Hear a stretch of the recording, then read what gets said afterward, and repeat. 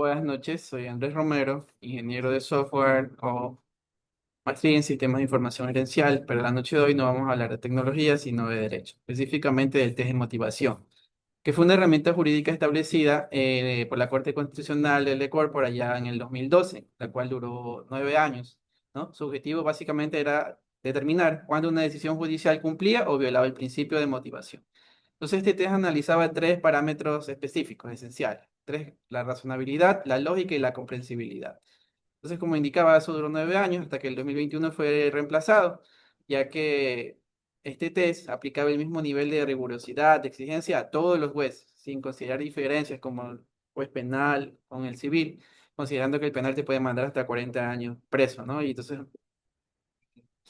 exigía como que la misma exigencia. Entonces, por eso es que hubo problemas y luego cambió.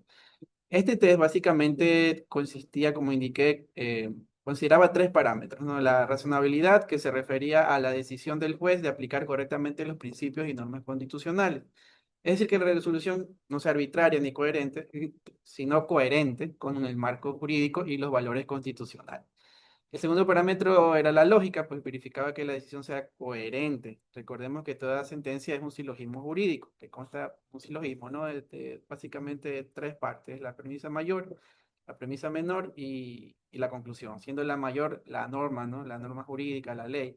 La premisa menor, los hechos probados y la conclusión, que es la aplicación de la norma al hecho. Entonces, en eso podemos basar en un ejemplo donde la premisa mayor sea el artículo del robo, donde dice que quien sustrae un bien ajeno comete robo. Entonces, esa es la premisa mayor. La premisa menor, en este caso yo, Andrés, demuestran que sustraje un bien ajeno. Entonces, la conclusión lógica es que Andrés cometió el delito de robo.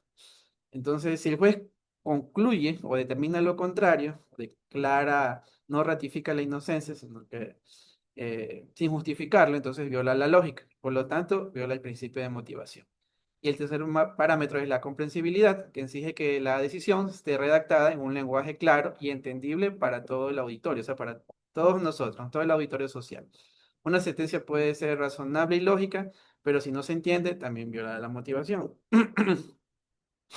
Entonces luego vino en el 2021 el criterio rector de la motivación. En el año 2021 la Corte Constitucional sustituyó este test de motivación por una nueva herramienta que consistía en el criterio rector de la motivación, el estándar de suficiencia y la tipología de la deficiencia motivacional. El criterio rector básicamente o consiste o establece que toda decisión debe tener una estructura mínima de argumentación jurídica, compuesta por dos partes, por dos fundamentaciones, la fundamentación fáctica suficiente y la fundamentación jurídica o normativa suficiente. Entonces, estas normas, estas fundamentaciones fácticas suficiente y la jurídico normativa suficiente, la fáctica suficiente consiste en que el juez debe exponer claramente los hechos que da por probados, ¿no? Claramente. Además de indicar en qué parte del acervo probatorio se encuentran esos hechos. Si no lo hace, pues entonces no está cumpliendo con esta fundamentación, esto básico. No basta con decir el acusado disparó, sino explicar en qué parte de la prueba o testimonio se obtiene esa conclusión. Por otro lado, la fundamentación jurídica o normativa suficiente implica que el juez debe citar la norma aplicable y justificar su pertinencia, o sea, no solo indicarla, sino justificarla. Ya que, por ejemplo, si condena a alguien por violación, debe explicar por qué aplica el artículo 171 y no el 170 o el 166 de COIP, detallando por qué los hechos encajan exactamente en ese tipo penal. Si el juez no explica el porqué de su decisión, asimismo estaría violando el principio de motivación. Entonces, luego tenemos el estándar de suficiencia, que consiste o se refiere en dar el nivel de profundidad y la extensión de la argumentación que se espera del juez.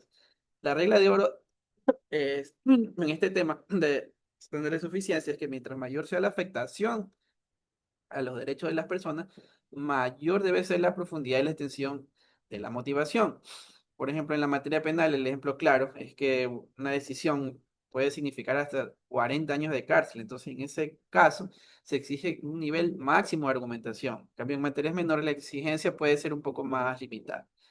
Entonces, asimismo, tenemos las tipologías de deficiencias motivacionales, donde toda decisión judicial puede presentar tres tipos de deficiencias motivacionales: la inexistencia motivacional, la insuficiencia y la apariencia motivacional. Cuando la decisión carece, la inexistencia motivacional es cuando la decisión carece totalmente de fundamentación fáctica y jurídica, o sea, no tiene ni lo uno ni lo otro, es simplemente el juez copió y pegó, ¿no? No argumentó básicamente nada. Entonces, la tipología de insuficiencia motivacional es cuando si hay fundamentación, ¿verdad? Si puede haber una fundamentación fáctica o jurídica, pero una de las dos no cumple con el estándar de suficiencia. Por ejemplo, el juez cita pruebas, pero no las analiza. O cita la norma sin explicar profundamente su aplicación, ¿no? Es insuficiente, solo la cita, pero no la explica, no la analiza. Y la tipología por apariencia motivacional es cuando la sentencia parece estar motivada, pero en realidad contiene vicios internos, ¿no? Entonces los vicios que conocemos, son los que hemos visto en clase, son la incoherencia, la incongruencia, inatinencia e incomprensibilidad. Entonces, básicamente estos vicios motivacionales son, como dije, la incoherencia refiere a contradicciones internas, ¿no? Puede ser lógica cuando la premisa contradice la conclusión, puede ser decisional cuando la decisión contradice a la conclusión. Asimismo, el vicio de incongruencia se da cuando el juez omite responder los argumentos de las partes o los temas jurídicos que la ley o le obliga a tratar. La inatinencia ocurre cuando se usan normas o criterios que no tienen relación con el caso concreto. El juez cita normas, artículos que no tienen que ver con el hecho, ¿no? La incomprensibilidad, básicamente, es cuando la sentencia está escrita en un lenguaje tan técnico o tan confuso que las partes no las pueden entender. Entonces, de tal manera, las sentencias deben ser comprensibles, si en este caso, por lo menos en la parte procesal, para los abogados. Y si no hay abogados, pues debe ser entendible para todo el mundo.